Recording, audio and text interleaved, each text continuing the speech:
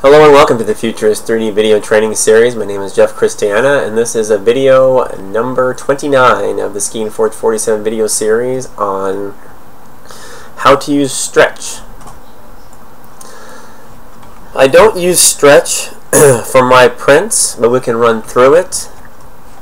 Stretch is a very important Skeinforge plugin that allows you to partially compensate for the fact that extruded holes are smaller than they should be. It stretches the threads to partially compensate for filament shrinkage when extruded. Now I don't run into the way I have it calibrated. My holes I drill a tiny bit. Most of the time I don't even need to. It's just to remove the small spider webs that are in there. They're very tiny hairs, and sometimes they're not even present. So the stretch function could possibly work for your models, but I really haven't seen a need to use that. Stretch continue on to say the extruded holes are smaller than the model because while printing an arc, the head is depositing filament on both sides of the arc. But in the inside of the arc, you actually need less material than the outside of the arc. And if you click on the question mark, they've got a really nice picture that shows this arc, and you can also read a couple things on arc compensation on the RepRap wiki. It says, in general, stretch will widen holes and push corners out. In practice, the filament contraction will not be identical to the logarithm, so even once the optimal parameters are determined, the stretch script will not be able to eliminate the inaccuracies caused by contraction, but it should reduce them. All the defaults assume that the thread sequence choice setting in the fill is the perimeter of being extruded first, then the loops, then the infill. If the thread sequence choice is different, the optimal thread parameters will also be different. In general, if the infill is extruded first, the infill would have to be stretched more so then even after all filament shrinkage, it would still be long enough to connect to the loop in the perimeter.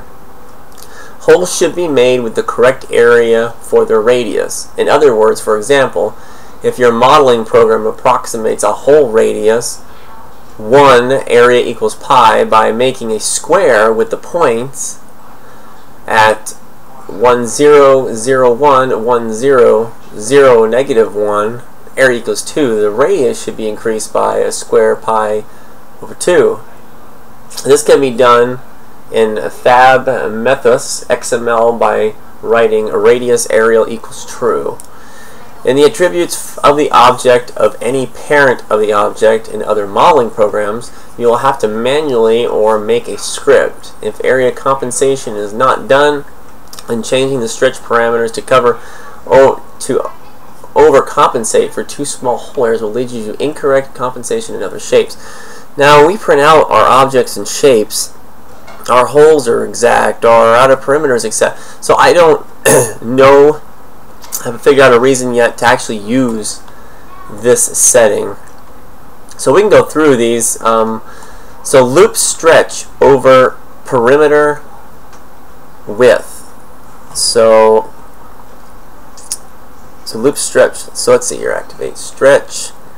Some of these commands are no longer here. So activate stretch is obviously unchecked. Cross limit distance over parameter width.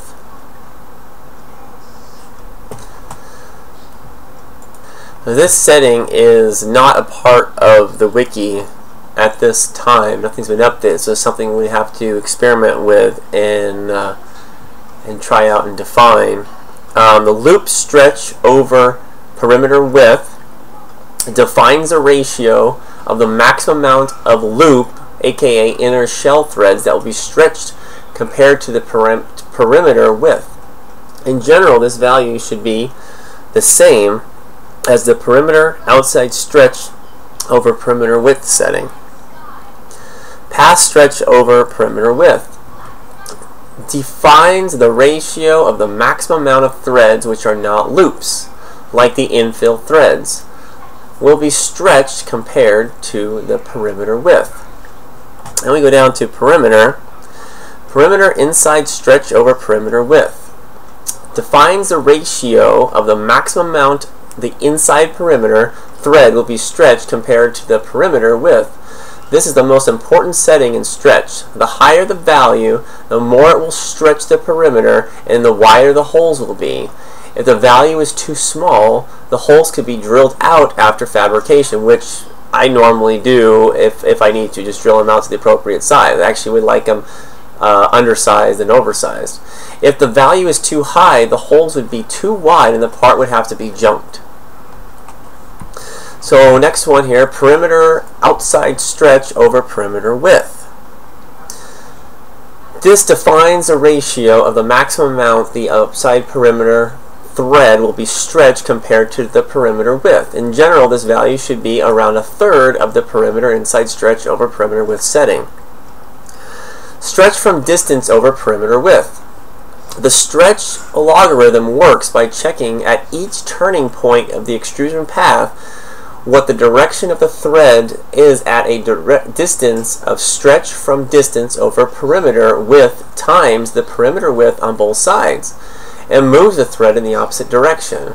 So it takes the current turning point, goes stretch from distance over perimeter width